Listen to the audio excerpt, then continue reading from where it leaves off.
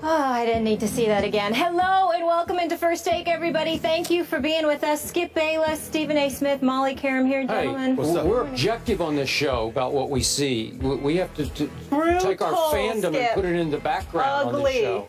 Right? Really? Yeah, really? You? You? Me. By the way, Pocket Square. I like that. Thank you. I like that. that. Way to go. I like yours a lot. Ernestine? She helped a little bit, okay, all right. but I did it. I got you. I got you. Yeah. Hey, you. Hey, how we doing? I'm doing a lot better than you this morning.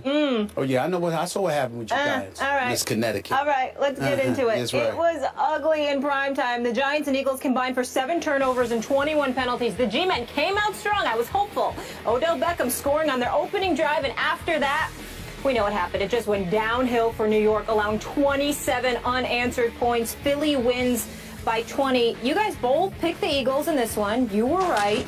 Stephen A., what was your biggest takeaway, though, from this game? Well, my biggest takeaway was, number one, Chip Kelly clearly is listening to some folks making the necessary adjustments. Obviously, DeMarco Murray got a little bit loose, so we got to give credit where credit is due in that regard. Had 109 yards rushing on 22 carries. We appreciate him showing up for the first time this season.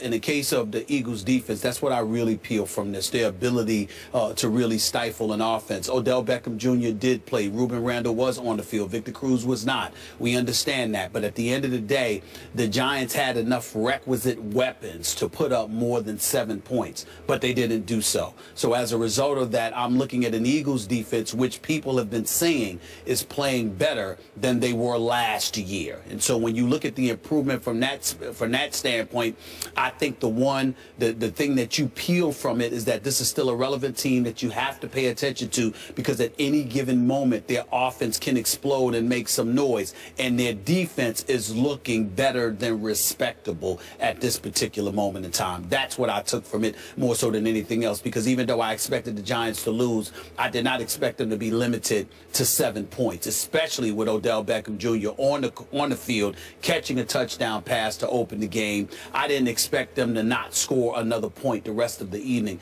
The fact that that did happen speaks to me about an Eagles defense that deserves our respect, at least momentarily, and one we need to pay attention to moving forward. My takeaway was far different than your takeaway, but I'm coming from a very different place than you're coming from. Yep. I cannot express to you the shock that I took away from this game following your Giants opening drive. The opening drive was tour de force. It was great Eli at his greatest. It was everything that John Gruden had raved about building up the kickoff to that game. Eli Manning has been superb so far this year and was superb in that opening drive.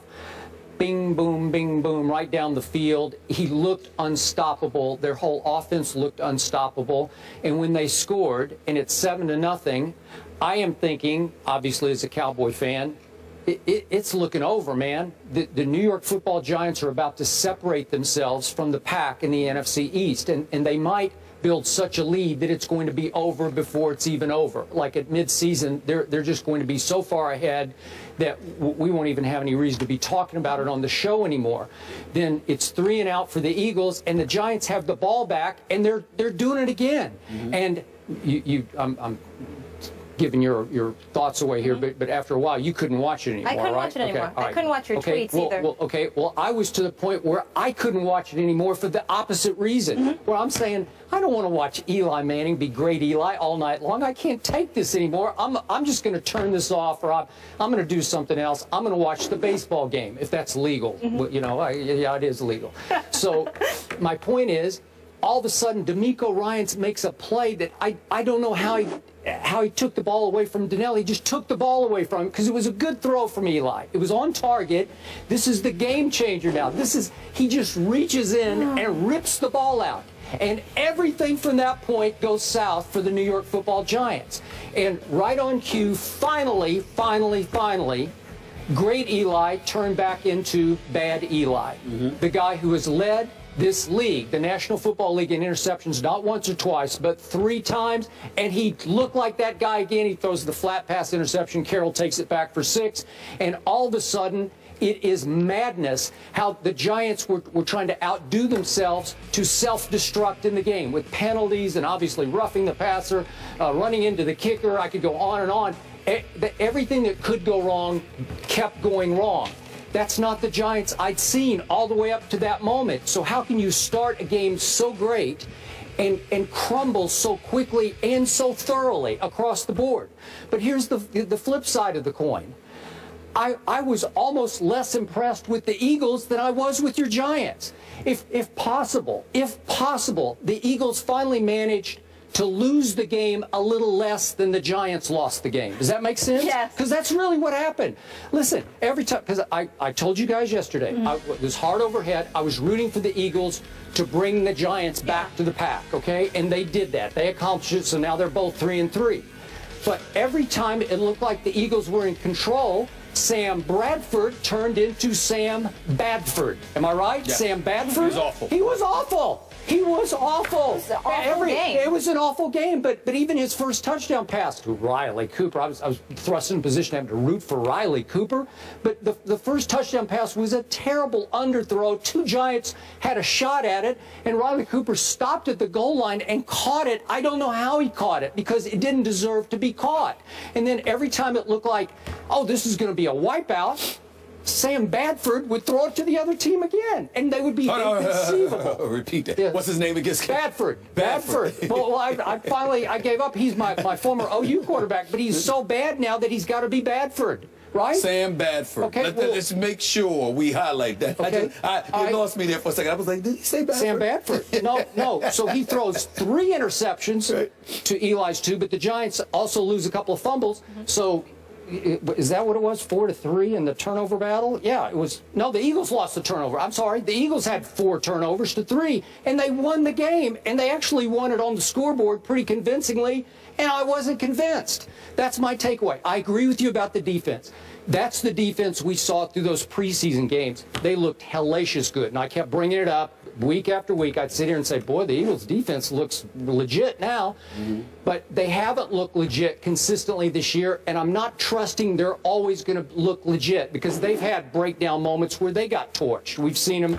They lost at home to the Cowboys as Brandon Weeden closed the game. Right. Okay? So my takeaway is that both teams looked incredibly beatable to me. Both teams look flawed to me. Neither team looked like it was quite ready to take over the NFC East. I know it's still early, but how could you be impressed with an eyesore of a football game played by 2 You can NFCs? be impressed with it because you've seen moments where the Eagles, for example, they came back in the second half against the Atlanta Falcons. They exploded in the first half against the New York Jets. You've seen, increments where their offense shows some life. Their defense is displaying a level of consistency. Once D'Amico Ryan went down last night in the second quarter, you're talking about them being down three linebackers, okay? But the defense still looked the way that it did. This kid Hicks, who's a rookie, who's filling in. Who knocked out Tony Romo, that guy? Right, that guy Hicks, cheap shot at Tony Romo, that guy?